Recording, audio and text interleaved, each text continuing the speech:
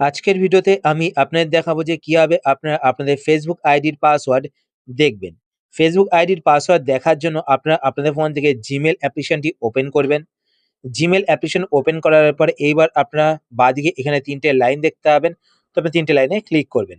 ৩ টে লাইনে ক্লিক করার পরে এবার আপনি একটু নিচের দিকে চলে আসবেন। নিচের দিকে আসার পরে এখানে আপনার একটি অপশন দেখতে পাবেন সেটিংস। তো আপনার সেটিংস অপশনে দিয়ে ক্লিক করবেন।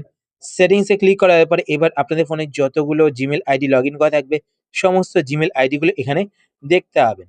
এবার এখান থেকে আপনারা প্রত্যেকটি জিমেইল আইডি সিলেক্ট করে চেক করবেন কোন জিমেইল আইডিতে আপনাদের ফেসবুক আইডির পাসওয়ার্ড সেভ করা রয়েছে। তো এখান থেকে আমি এই জিমেইল আইডি সিলেক্ট করে নিলাম। সিলেক্ট করার পরে এইবার আপনারা ওপরে আপনাদের জিমেইল আইডি দেখতে পাবেন। আর জিমেইল আইডির ঠিক নিচে এখানে একটি অপশন আপনারা দেখতে পাবেন ম্যানেজ ইওর গুগল অ্যাকাউন্ট। তো ম্যানেজ ইওর গুগল অ্যাকাউন্ট এই অপশনেতে ক্লিক করবেন। এই অপশনে ক্লিক করার পরে এইবার আপনারা একটু ওয়েট করবেন। ওয়েট করার পর আপনার সামনে এরকম একটি পেজ চলে আসবে। এবার আপনি একটু নিচের দিকে চলে আসবেন। নিচের দিকে আসার পর এখানে আপনারা একটি অপশন দেখতে পাবেন সিকিউরিটি অ্যান্ড সাইনিং। তো আপনারা সিকিউরিটি অ্যান্ড সাইনিং এই অপশনেতে ক্লিক করবেন। এই অপশনে ক্লিক করার পর এবার আপনারা একদম নিচের দিকে চলে আসবেন। নিচের দিকে আসার পর এখানে আপনারা একটি অপশন দেখতে পাবেন পাসওয়ার্ড ম্যানেজার। তো আপনার পাসওয়ার্ড ম্যানেজার এই অপশনেতে ক্লিক করবেন। এই অপশনে ক্লিক করার পর এবার আপনারা এখানে একটি অপশন দেখতে পাবেন facebook.com। তো আপনার facebook.com এই অপশনে ক্লিক করবেন।